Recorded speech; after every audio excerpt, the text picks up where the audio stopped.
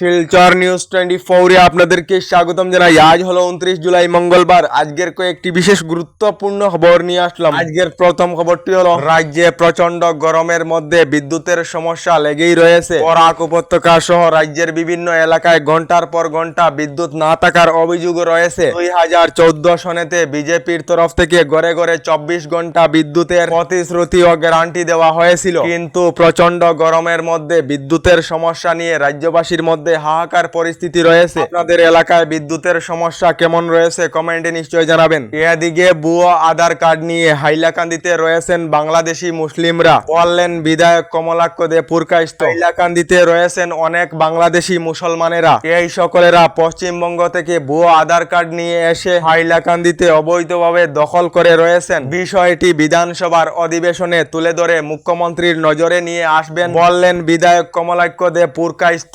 এদিকে গতকাল দেশের প্রধানমন্ত্রী নরেন্দ্র মোদীর সঙ্গে সাক্ষাৎ করেছেন রাজ্যের মুখ্যমন্ত্রী ডক্টর হিমন্ত বিশ্ব শর্মা। রাজ্যের উন্নয়ন নিয়ে প্রধানমন্ত্রী নরেন্দ্র মোদীর সঙ্গে বিশেষ চর্চা করেছেন মুখ্যমন্ত্রী ডক্টর হিমন্ত বিশ্ব শর্মা।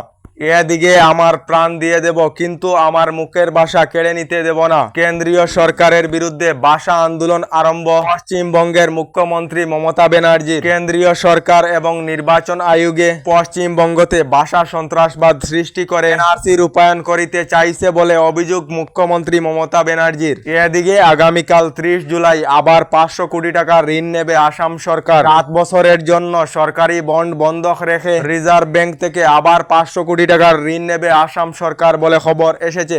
এদিকে আমাদের আসামের যে সকল যুব লেখকেরা রয়েছেন, এই সকলদের জন্য এসেছে একটি ভালো খবর। লেখকদেরকে রাজ্য সরকার থেকে আর্থিক সাহায্যের ঘোষণা করা হয়েছে। আসামে এবার কিতাব পড়ার আনন্দ উদযাপন করা হবে, যার ফলে রাজ্যের 1000 যুব লেখকদেরকে রাজ্য সরকার থেকে 25,000 টাকার অনুদান প্রদান করা হবে। তার সঙ্গে রাজ্যের প্রতিজন সরকারি কর্মচারীদেরকে 1000 করে টাকা প্রদান করা হবে কিতাব ক্রয় করার জন্য বলে রাজ্য সরকার থেকে জানানো হয়েছে। এদিকে চলছে প্রস্তুতি। আজ রাজ্যের উরিয়ামঘাটেতে চলবে প্রশাসনের বৃহৎ উচ্ছেদ অভিযান। উরিয়ামঘাটের রেংমা সংরক্ষিত বনাঞ্চলেতে প্রায় 10,000 বিঘা জমিতে চলবে প্রশাসনের বৃহৎ উচ্ছেদ অভিযান। এদিকে রাজ্যের বিভিন্ন এলাকায় রাজ্য সরকারের তরফ থেকে উচ্ছেদ অভিযান চালানো হয়েছে এবং অন্যদিকে রাজ্য সরকার আদানিকে 110 বিঘা জমি দেবে বলে খবর এসেছে। বিমানবন্দরের সমীপত এয়ার সিটি নির্মাণের জন্য আসাম সরকার আদানিকে 110 বিঘা জমি দেবে বলে খবর এসেছে।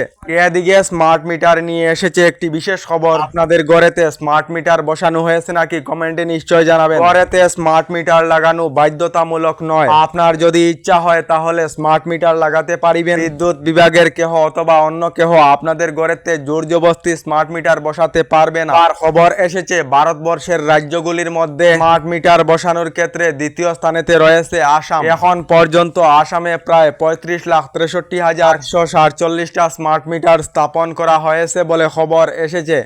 এদিকে সাবধান এবং সতর্কবাণী দেওয়া হয়েছে। ভারতে সাইবার জালিয়াতি নিয়ন্ত্রণের বাইরে, কারণ হলো 22,845 কোটি টাকার প্রতারণা। বর্তমান সময়ে সাইবার জালিয়াতির মাধ্যমে দেশেতে কোটি কোটি টাকার লুণ্ঠন চলিতেছে। এদিকে এখনো পর্যন্ত সরকারি গড় লাভ না করা সকলদের জন্য এসেছে একটি ভালো খবর। আগামী অক্টোবর মাসের ভিতরে সম্পূর্ণ করিতে হবে প্রধানমন্ত্রী আবাস যোজনার কাজ, অর্থাৎ 30 অক্টোবরের ভিতরে সম্পূর্ণ হতে হবে সরকারি গড়ের কাজ। রাজ্যের 7 লাখ সরকারি গড় নির্মাণের কাজ সম্পূর্ণ হওয়ার পর যে সকলেরা এখনো সরকারি গড় লাভ করেননি, এই সকলেরা নতুন সরকারি গড় লাভ করিবেন। রাজ্যে সরকারি গড় নির্মাণ নিয়ে বৃহৎ ঘোষণা মন্ত্রী রঞ্জিত কুমার দাসের। আমাদের ডেইলি খবরগুলি ভালো লাগলে আমাদের ভিডিওতে লাইক দিয়ে চ্যানেলটিকে সাবস্ক্রাইব করে নেবেন।